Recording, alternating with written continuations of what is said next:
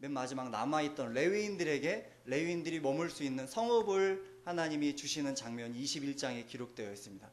레위인들에게는 땅을 기업으로 주시지 않았고 단순히 그들이 머물 수 있는 성읍과 그들의 가축을 키울 수 있는 목초지를 하나님께서 허락하셨는데 그것이 21장에 기록되어 있습니다. 21장으로서 땅의 모든 정복과 분배가 끝나게 됩니다. 그래서 22장에서는 그동안 요단 동편의 땅을 하나님 앞에 받고 나서 정복전쟁에서 맨 앞장서서 이스라엘 모든 지파들이 땅을 얻을 때까지 맨 앞장서서 싸웠던 루벤, 갓, 므낫세 반지파가 그들의 모든 사명을 마치고 이제는 요단 동편으로 돌아가는 장면이 22장에 기록되어 있습니다. 여호수아는 그들의 수고를 굉장히 칭찬해 주면서 그냥 빈손으로 돌려보낸 것이 아니라 전쟁을 통해서 취했던 모든 재물들도 함께 풍성하게 나눌 수 있는 은혜를 그들에게 베풀고 그들이 그 땅으로 돌아가게 됩니다. 여기가 22장까지의 내용이고요. 나머지 23장과 24장은 나이 많이 늙은 여호수아가 모세와 마찬가지로 그의 인생 마지막 장면에서 이스라엘 백성들에게 자신이 꼭 전해주고 싶은 이야기를 두 번 설교하는 장면이 23장과 24장에 나오게 됩니다. 오늘은 23장을 통해서 하나님께서 여호수아를 통해서 저희들에게 들려주시는 말씀을 듣기를 원합니다.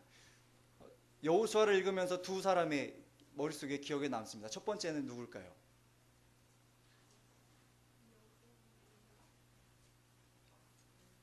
예, 너무 인물이 많아가지고 고민하셨죠. 갈렙입니다. 제가 말씀드리고 싶은 건 갈렙이었어요. 갈렙은 어떤 사람입니까? 한 단어로 줄이면 열정의 사람. 하나님의 가데스 바네아에서 하나님의 말씀에 순종했으면 그 땅을 바로 올라가서 진작에 정복하고 진작에 하나님의 은혜로 누렸을 그 땅을 40년 광야 생활로 돌고 고생하다가 간신히 들어가서 그곳을 취하게 되는, 근데 그것이 갈렙은 몹시도 못마땅했던 것 같습니다. 그래서 하나님이 사시는 것, 하나님이 우리에게 함께 하시기만 한다면 그 땅을 우리가 취할 수 있다. 그것을 갈렙은 살아가는 모든 날 동안에 이스라엘 백성들 앞에 증명해 보이고 싶었던 사람이 갈렙입니다. 그래서 땅 분배를 할 때 갈렙이 맨 앞장서서 헤브론을 달라. 헤브론은 어떤 땅입니까? 가장 강한 가나안 족속이 살고 있었던 그 땅을 나에게 달라. 하나님이 나와 함께 하시면 내가 그 땅을 취할 수 있다. 하나님이 함께 하시는 것을 증명해 보이려고 했던 사람이 갈렙이었습니다. 오늘 여러분들과 함께 나눌 여호수아는 갈렙이 열정의 사람이었다면 여호수아는 순종의 사람입니다. 여호수아는 하나님의 말씀을 듣고 평생 그 말씀대로 살려고 노력했던 사람이었고 때로는 실수하고 실패했지만 그럼에도 불구하고 끝까지 하나님의 말씀을 지키면서 삶으로 하나님의 말씀을 증명해냈던 사람, 그 사람이 여호수아입니다. 여호수아서를 저희가 같이 읽으면서 여호수아가 요단강을 건널 때부터 철저하게 하나님이 명령하신 대로 모세가 명령한 대로 말씀하신 대로 순종했다는 말씀이 계속 반복해서 나옵니다. 그리고 중부 전쟁이 끝났을 때 더 이상 다른 행동을 하지 않고 세겜 땅으로 올라가서 하나님이 명령하신 대로 언약식을 여호수아가 하는 모습을 보여줍니다. 여호수아는 시작부터 마무리, 끝나는 날까지 하나님의 말씀에만 순종했던 순종의 사람입니다. 이제 그 여호수아가 나이 많아 늙었습니다. 그래서 이제 죽을 날이 멀지 않았음을 느끼고 이스라엘의 지도자들을 불러 모아서 마지막 말을 전합니다. 그게 23장입니다. 23장 2절 같이 한번 읽어보겠습니다. 2절입니다. 같이 읽겠습니다. 시작. 여호수아가 온 이스라엘 곧 그들의 장로들과 수령들과 재판장들과 관리들을 불러다가 그들에게 이르되 나는 나이가 많아 늙었도다. 여호수아가 나이 많아 죽을 때가 가까워서 이스라엘 백성들한테 말씀을 전하는데 2절 말씀에 보니까 온 이스라엘을 불렀다라고 기록을 해놨습니다. 근데 그 온 이스라엘이 누굽니까?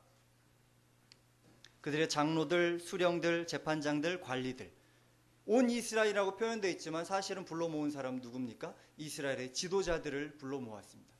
여호수아는 백성들에게 하나님의 말씀을 마지막으로 선포하기 전에 이스라엘을 이끌어가는 리더들을 불러서 한 자리에 모았습니다. 예전에는 여호수아 한 사람이면 이스라엘 백성들을 다 통치할 수 있고 여호수아 혼자서 모두 다 끌고 갈 수 있었지만 이제는 12지파가 가나안의 모든 땅들을 다 받았고 그 땅에 머물러서 살기 때문에 이젠 한 사람이 통치하는 것이 아니라 그 지파별로 그 지파에 있는 리더들이, 지도자들이 함께 연합하여서 하나님의 말씀대로 이스라엘 백성들을 치리하고 가르쳐야 될 책임이 있습니다. 그렇기 때문에 한 사람을 리더로 세우는 것이 아니라 모든 지도자들을 한 자리에 불러 모아서 여호수아가 그들을 하나님의 말씀으로 리더로 세우는 장면이 23장에 나오는 것입니다.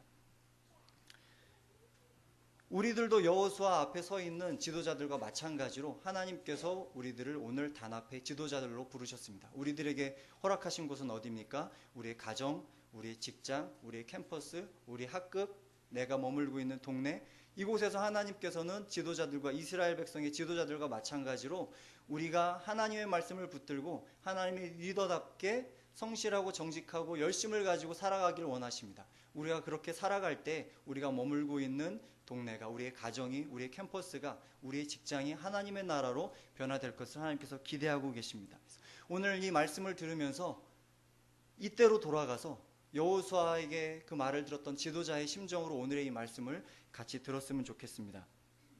여호수아는 지도자들에게 마지막 말을 남기면서 그냥 희미한 태도로 말씀을 전하는 것이 아니라 분명하고 확실한 태도에 확신에 가득 차서 이스라엘의 지도자들에게 말씀을 전합니다. 근데 그렇게 전할 수 있었던 이유는 여호수아가 모세 밑에서 수종 들기 시작하면서부터 모세를 통해서 역사하신 하나님, 그리고 자신이 이스라엘의 지도자가 되고 나서 하나님이 모든 순간 함께 하셨던 그 하나님을 몸으로 다 겪었습니다. 몸으로 체험했던 여호수아이기 때문에 이스라엘 백성들 앞에, 지도자 앞에 담대하게 확신을 가지고 하나님의 이름을 외치고 말씀을 전할 수가 있었습니다. 여호수아가 전한 하나님, 여호수아가 경험한 하나님은 어떤 하나님이십니까? 3절 말씀 같이 한번 읽어보겠습니다. 같이 읽겠습니다. 시작. 너희 하나님 여호와께서 너희를 위하여 이 모든 나라에 행하신 일을 너희가 다 보았거니와 너희 하나님 여호와 그는 너희를 위하여 싸우신 이시니라. 여호수아가 이스라엘 지도자들에게 전해주고 싶은 하나님은 어떤 하나님이십니까? 우리를 위하여 싸우신 하나님. 이스라엘 백성들을 택하셨고 이스라엘 백성들을 위해 싸우셨고 이스라엘 백성들에게 가나안 땅을 선물로 주셨고, 그리고 아직까지 남아있는 가나안 족속들도 하나님의 때가 되면 하나님께서 다 물리치실 것을 믿음으로 확신하면서 이스라엘 백성들 앞에 여호수아는 이렇게 믿음으로 도전하고 있습니다. 신앙생활을 하다 보면 뭔가 시대가 바뀌고 중요한 결정을 하게 될 때마다 멈춰서게 됩니다. 저 같은 경우는 예전에 형제교회에서 사역할 때 어느 해인가 열심히 말씀을 읽고 있는데 제가 묵상하는 말씀에도 내 본토 친척 아비의 집을 떠나라, 그 말씀을 읽었습니다. 그리고 그 말씀이 제 마음속에 있었고, 또 강단에서 목사님이 말씀을 전하시는데 그 말씀을 또 전하시는 거예요. 그리고 또 어디 집회 가서 말씀을 듣는데 또 그 말씀을 들었습니다. 3번 연거푸 그 말씀을 듣고서 이 말씀이 3번 나에게 들려진 것은 분명히 하나님께서 어떤 뜻이 계실 텐데 라는 생각이 들어서 고민하다가 일단은 하나님이 말씀하셨기 때문에 떠나야 되겠다, 떠나야 되겠는데 앞이 너무나도 불안한 겁니다. 근데 그때 들려줬던 하나의 희망적인 메시지가 뭐였냐면, 신앙생활이라는 것은 전에도 한번 말씀드렸던 것 같은데 열차의 역방향석을 타고 가는 것과 같다라는 이야기를 들었습니다. 그러니까 역방향석은 어떻습니까? 내 눈앞은 하나도 볼 수가 없습니다. 거꾸로 가니까. 그렇지만 이 앞으로 펼쳐진 일들은 내가 지나온 길들을 추억해 보면